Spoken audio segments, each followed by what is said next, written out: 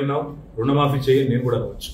మగాడివైతే Rythu Bharosa start చేయి, 70 లక్షల రైతుల ఖాతాల్లో డబ్బులు వేయి, నేను కూడా అడగవచ్చు. మగాడివైతే మహాలక్ష్మి స్టార్ట్ చేయి, 1,67,00,000 మంది ఆడబిడ్డలు ఉన్నారు, నెలకు 2,500 ఇస్తానన్నావు, స్టార్ట్ చేయి, నేను కూడా అడగవచ్చు. కానీ నేను ఇవన్నీ అవనట్లేదు. ఒక్క సీట్ అయినా గెలవము అనే మాట మాట్లాడావు కదా. నీకు నిజంగానే దమ్ముంటే రేవంత్ రెడ్డి గారు, నేను సవాల్ చేస్తా ఉన్నా, నేను నా సిరిసిల్ల ఎమ్మెల్యే పదవికి రాజీనామా చేసి వస్తా. నువ్వు నీ ముఖ్యమంత్రి పదవికి, కొడంగల్ ఎమ్మెల్యే పదవికి రాజీనామా చేసిరా. నీ సిట్టింగ్ సీటు మల్కాజ్గిరిలో ఇద్దరం కొట్లాడదాం. ఆ ఒక్క సీట్లోనే తేల్చుకుందాం. ఈ రాష్ట్రం అంతా అతలాకుతలం చేయాల్సిన అవసరం లేదు. ఆ ఒక్క సీట్లోనే నేను వస్తాను మా పార్టీ తరఫున, నీ తరఫున నువ్వురా, నీ కాంగ్రెస్ పార్టీ తరఫున.